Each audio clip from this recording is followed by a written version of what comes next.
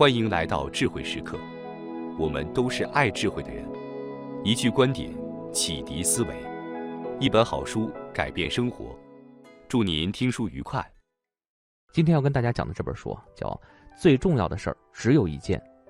作者是一个叫加里·凯勒的美国人，他是全球最大的房地产公司之一凯勒威廉姆斯国际房地产公司的董事长，写过好几本畅销书，在全球范围内卖出了几百万本。现在我们要讲的这本书就是其中一本，曾经在美国亚马逊网站图书销售榜持续排名第一。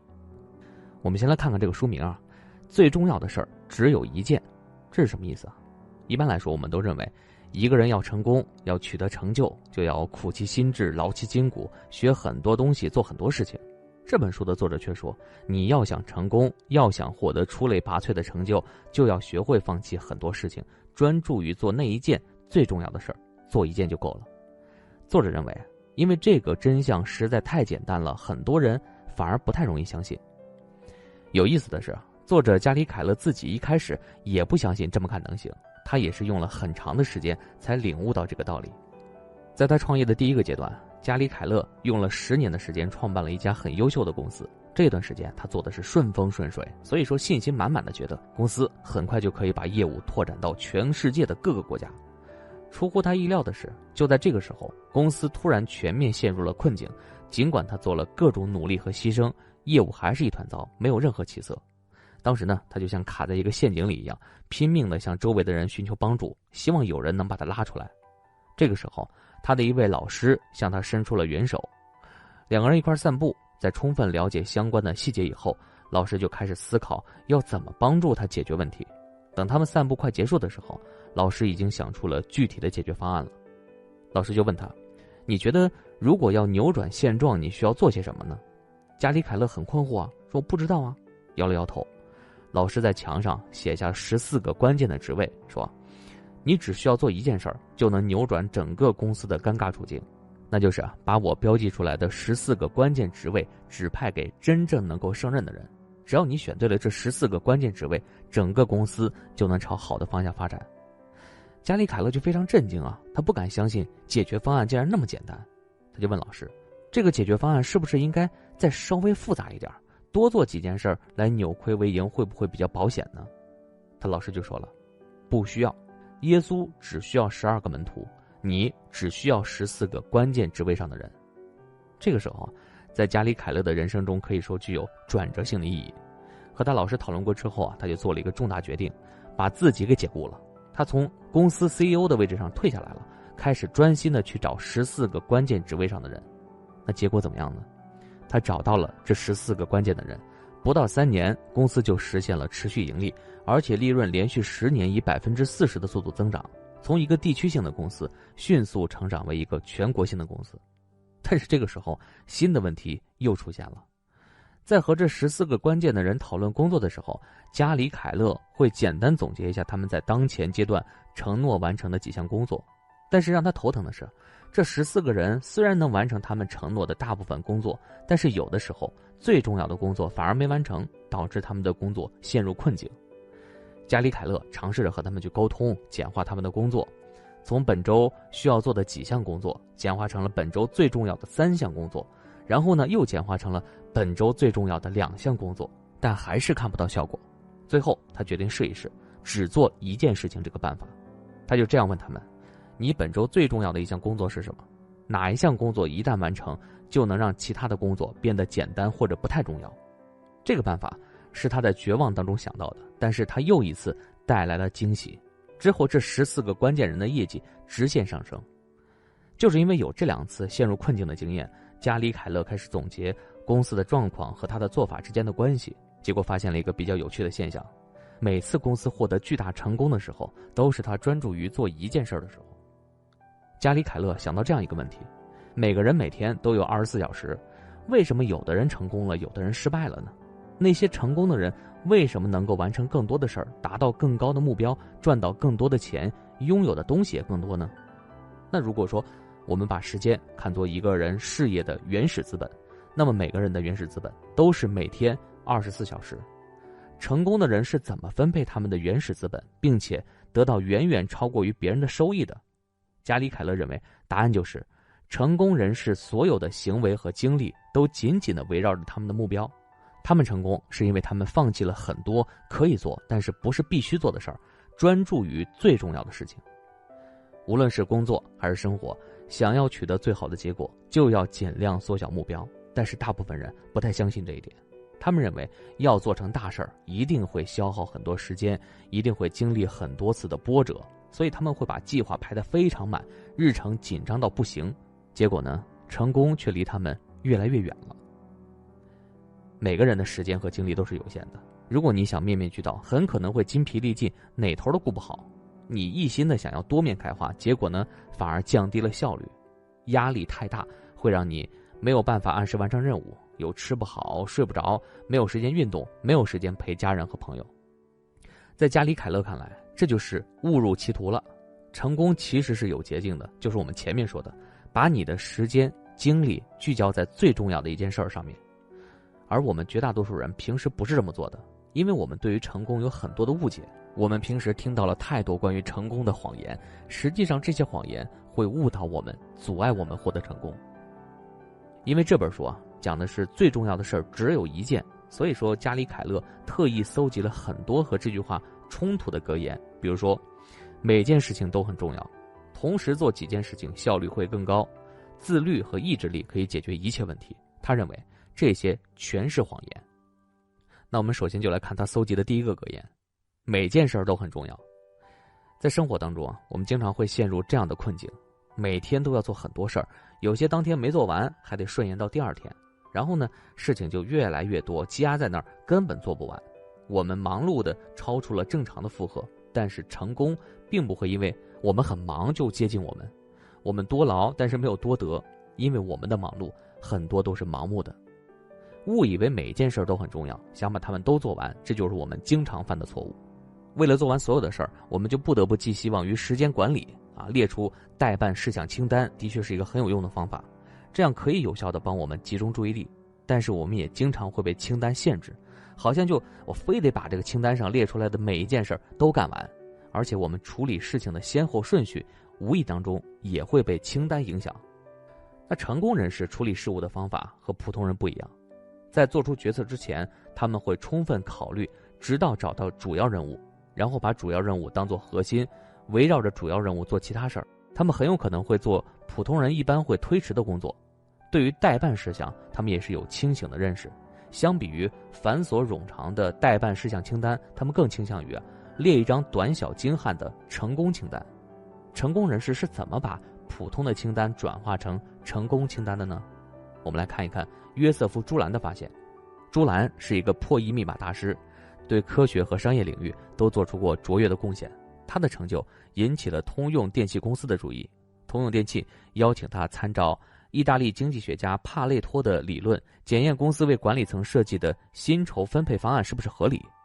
那我们刚才说的这个帕累托的理论是什么理论呢？在19世纪的时候，帕累托经过计算提出了一个看法，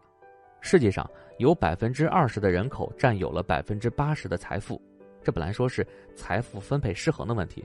但是朱兰意识到这很有可能是一个普遍规律。后来我们就把这条规律称为28法则。28法则认为，带来大量成果、产出、回报的往往是少量的原因、投入、付出。也就是说，对于成功来说，分配也是不公平的。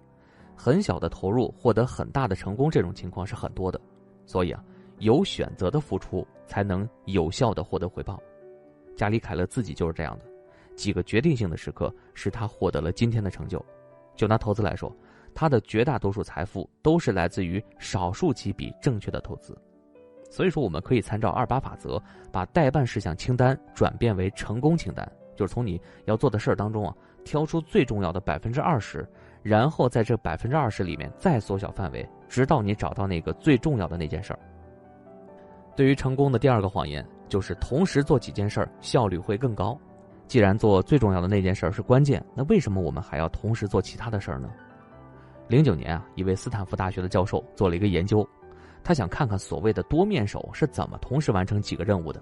他就告诉《纽约时报》的记者，他自己没有这种能力，所以曾经非常羡慕那些能做到的人。那这位教授呢，就带领研究团队发放了200多份问卷，调查学生同时处理多项事务的情况。他把这些调查对象分为经常同时处理多项事务的和不经常这么做的，并且推测经常同时处理多项事务的人工作效率更高。但是结果呢，出乎他们的意料之外。这位教授说，我原本以为多面手一定有某一种神奇的能力，结果发现他们根本就抓不住重点，看起来好像每个方面他们都兼顾到了，没有什么事儿可以把他们难倒，实际上每一件事儿都做得不怎么样。所以说，人能同时兼顾几件事儿只是一个美好的谎言。那问题在于，这种做法现在很流行啊，很多人认为应该同时兼顾几件事儿，而且对此是不遗余力。我们常常会把这样的做事方式当作效率很高的表现，经常讨论我们怎么才能掌握这种技巧啊。公司在招聘的时候也把它当作一种有明显优势的能力，但是呢，其实它只是一个盲目的谎言。同时处理几件事儿，既没有效率，也很难成功。如果说你尝试同时做2件事儿，结果要么就是根本做不到，要么就是2件事儿都干不好。有句话说得好，同时处理几件事儿等于同时搞砸几件事儿。有时候我们确实可以同时做2件事儿，比如说我一边走路一边说话，我一边吃饭一边看地图，但是我们不可能同时做2件需要我们专注的事情。奇怪的是，现代人特别喜欢给别人留下多面手的印象，比方说一边做事儿一边听音乐，一边开车一边打电话，一边吃饭一边玩手机。有时候啊，我们不是时间太少事情太多，而是一直在暗示自己要同时做很多的事儿，更多的事儿。原来做1件事情的时间，我们现在希望啊可以做2件事儿，甚至3件事儿。那我们来说说我们的工作场景。我们的办公室就是一个要求每个人都要有3头6臂的地方。你正专注于眼前的某一个项目呢，突然有人咳嗽了，问你有没有止咳含片。办公室里的电话一会儿响一下，一会儿响一下，任何人都没有办法幸免。而且还有什么邮箱里的邮件永远处理不完，手机不停地震动，说你收到新消息，一堆快递没拆，一堆事儿没做，而且总是有人无休无止地问你事情的进展怎么样啦。所以这种分心啊、干扰啊、中断啊，每时每刻都在发生。调查研究说，一般来说，员工在办公室每11分钟就会被打断一次，他们每天有1/3的时间花在从干扰中恢复的过程。但是即便如此，我们还是得在规定时间完成任务，同时处理多个任务，或者在任务中切换来切换去。这样的手法不过就是自欺欺人而已。研究人员发现，切换任务并不是没有成本的。如果说简单的任务，多消耗的时间成本小于等于 25%， 如果是复杂的任务，多消耗的时间很有可能超过 100%。 结果我们在一个工作日里，平均有 28% 的时间就浪费在任务切换上，我们根本就没有意识到自己为多面手这个形象付出了多么高的代价。关于成功的第3个谎言是自律和意志力可以解决一切问题。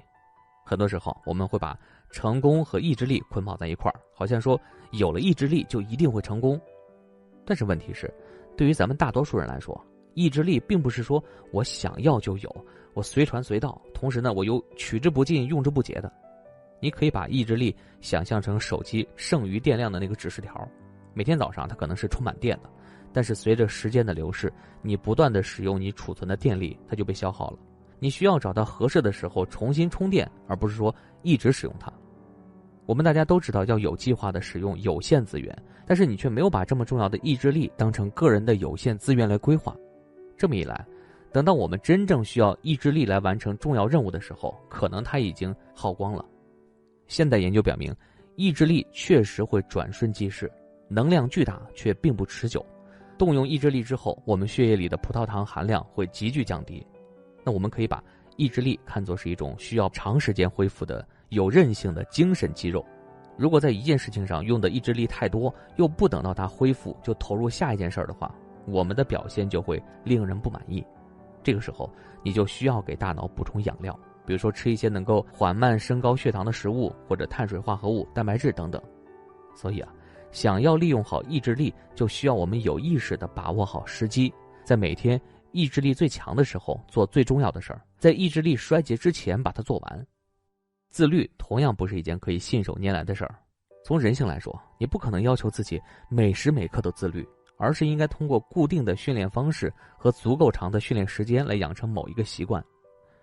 成功的诀窍就是选准一个正确的习惯，训练自己养成这个习惯。如果说这个习惯已经成为你生活的一部分，在别人看来，你就像一个自律的人了。刚开始培养习惯的时候，我们可能会觉得特别困难，但是只要习惯养成了，保持它比养成它容易得多。那么你要问了，需要多长时间啊，自律才能变成我的习惯呢？伦敦大学的调查结果为我们提供了明确的答案。养成一个习惯平均需要66天，我们有时候会被鼓励说21天你就可以养成一种习惯，但这个是不现实的，所以不要太早放弃。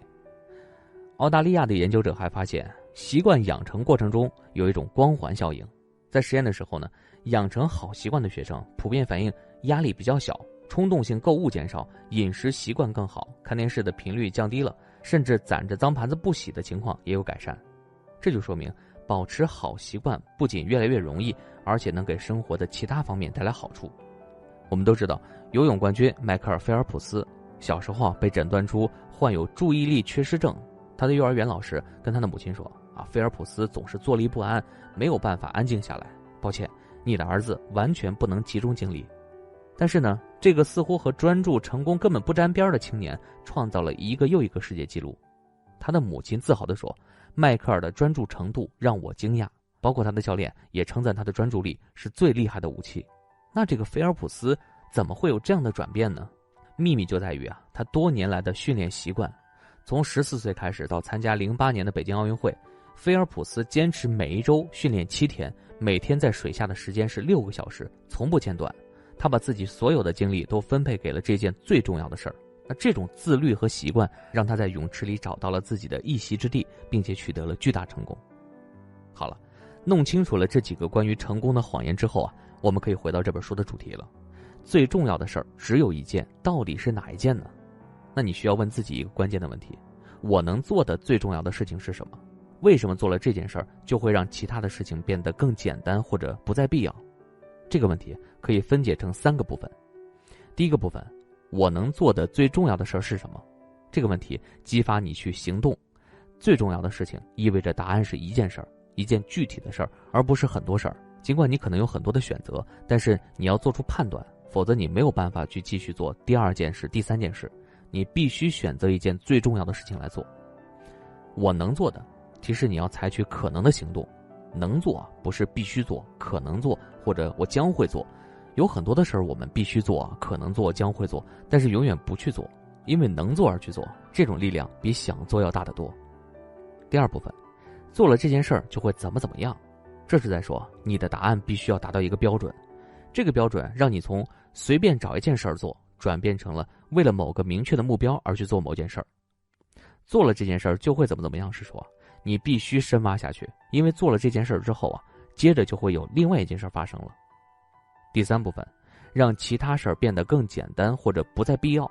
阿基米德说过，给我一个支点我就能撬动地球。那你必须要找到这么一个支点，让其他的事变得更简单或者不再必要。做了最重要那件事之后，你就会发现，为了实现目标而要做的其他的事儿，其实少花点力气也可以做成，或者压根儿就没有必要去做。你可以对琐碎的事情视而不见，就好像给自己戴了一个眼罩，这样呢，你才有可能去改变你的生活轨迹，心无杂念的去做那件最重要的事儿。关键问题会在人生的不同阶段引领你找到最重要的那件事儿。在不同的时期，你只需要转移自己的注意力，重新思考关键问题是什么就行了。根据美国心理学会前主席马丁·塞格利曼的研究，一个人想要拥有幸福，最重要的就是全身心地投入自己的事业，使自己的生活更有意义。当我们每天在做的事儿逐渐地达到一个目标的时候，幸福感就会随之而来。取得成功的方法就是了解什么对自己真正重要，并且通过一点一滴的积累来实现它。那本书的作者加里·凯勒给出了一个很实用的建议，就是倒推法。首先考虑长期目标，然后一步一步地往回想，倒推出现在应该做的最重要的一件事儿。那么你想一想，为了长期目标，我未来5年应该做的最重要的一件事儿是什么？那为了5年计划，我今年应该做的最重要的事儿是什么？为了今年的目标，我本月应该做的最重要的一件事儿是什么？为了本月的目标，我本周应该做的最重要的一件事儿又是什么？为了本周的目标，我今天应该做的最重要的一件事是什么？为了今天的目标，我现在应该做的最重要的一件事是什么？就把所有的目标一个一个联系起来，直到你找到当下最重要的那件事。举个例子，有人曾经问美国著名喜剧演员杰瑞·宋飞，怎么样才能成为一个更好的喜剧演员？宋飞说，每天写一个笑点。他的方法是在墙上挂一幅巨大的日历，哪天写下了笑点呢，他就在当天的日历上打一个大红叉。他说，这列红叉会越来越长，他会希望看到他们继续下去，而他唯一要做的就是不要让它断开。所谓坚持不是长跑，而是很多次短跑串联在一块儿的。好了，以上就是最重要的事情只有一件这本书的主要内容。作者告诉我们，关于成功，过去我们有很多误解，我们以为想要事业成功，每一件事都很重要，同时做几件事情效率会更高，自律和意志力可以解决一切问题。其实这些都是关于成功的谎言。想要取得超常规的成就，你必须要知道你能做的最重要的事情是什么，然后围绕这个核心目标一步一步倒推，找到当下最重要的事儿。那么现在就来想一想，对于你来说最重要的事儿是哪一件吧。恭喜您又掌握到一本书的精华，感谢您的好品味，请订阅智慧时刻频道，按赞并与家人朋友分享智慧的收获。衷心祝愿您今天也是平安喜乐的一天，谢谢您，再见。